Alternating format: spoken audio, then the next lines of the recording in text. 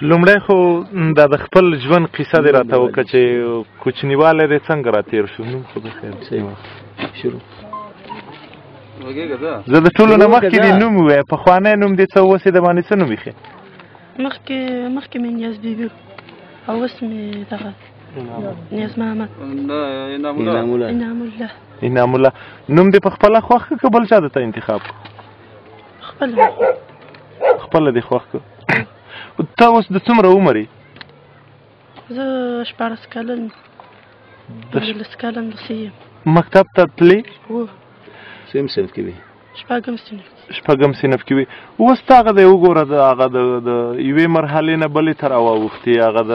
د جنسیت بدلون پکې راغی خوشحاله یې په دغه کار ولې خوشحاله یې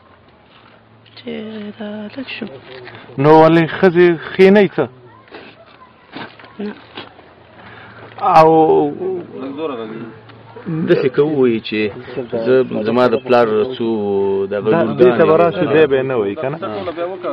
اوس تا تقریبا 15-14 کلونه د ښځو څه په یو ځای تېر کړي دي اخلی پخلی دې م زده کړی دی اوس که دغه دی ته راځې د نارینهو قطار ته لږ به درته د ژوند تېرول ګران خو نه وي څنګه نوي ملګري به څنګه پیدا کړې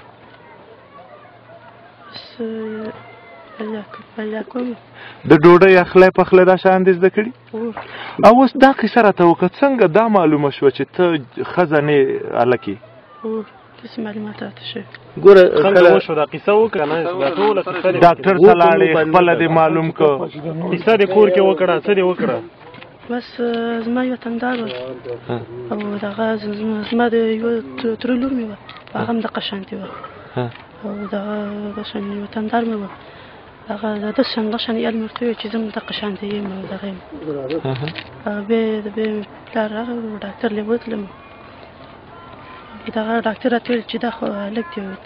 دغه زنانو جامه کوم راغوستی یختان خو د هغه وخت کې سم و نو د ښځو یختان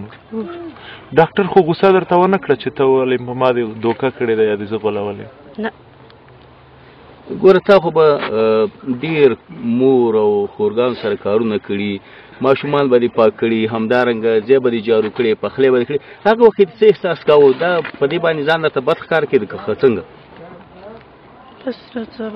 مثبت برخه راته ښکاره کېدو خپله پوهېدې چې په تا کې نارینه خواص شته دی په دې شیشه کې مې چې پانګ وکړو بس څه وخت تا ته پته تورې ګاجي صاحب یو حاجي صاحب پوره قصه